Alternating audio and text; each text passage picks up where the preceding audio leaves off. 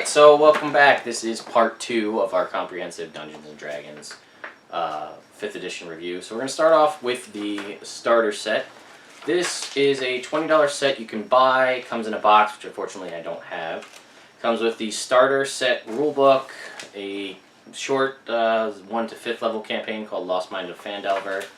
Comes with a set of dice, although it's missing percentile dice. Just has 1d10. And then a bunch of pre-written character sheets. So, I don't think you have any experience with this at all. Just with the starter book. So this is, this essentially is Player's Handbook Light. Has enough stuff to get you going. It doesn't have all of the races. It doesn't have all the classes. What it does have is like a piece of the different classes that are kind of outlined on here. Like you only have Champion Fighter, not the other variations and that kind of thing. As well as some sort of, you have a limited number of spells. So it is essentially everything you would need to get going right off the bat, which is why it's in the starter set.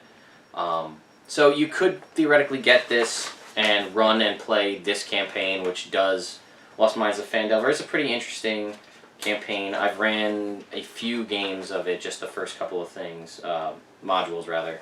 And it does have stuff about monsters, how to control them, and a limited selection of monsters in the back.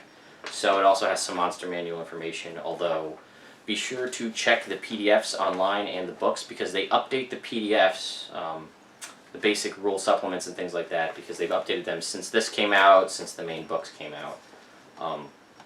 But all told, this is pretty much, I would say, it is everything you need to get started playing Dungeons & Dragons. If you've never played before, it's really good because these character sheets, I don't know if you want to take a look at these, they do have your stats outlined, they have your character's backgrounds. I don't think the only thing they're missing is the name of the character, but it actually tells you on the back here, gaining levels, it'll actually tell you when you level up, this is what you get. So rather than making you choose spells and choose different things, it says, second level, your character gets this. Third level, your character gets this. Which, again, I played this with my family, and some of my family have played D&D, some haven't.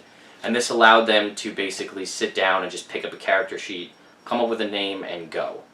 And that's what we used to play the first 2 modules of Lost Minds of Phandelver, which is, like I said, it's a Tyranny of Dragon themed game, so it does have stuff to do with dragons and Tiamat, and you do go in dungeons and you do fight dragons, so it is pretty much everything you would need to play D&D. Yeah.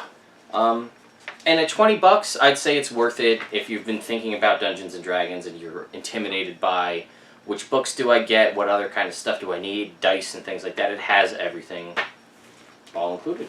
Also, I would say it's a really good investment. Like, let's say you have another version of D&D that you play and that you really like, and you don't know if you want to start all over with the new books.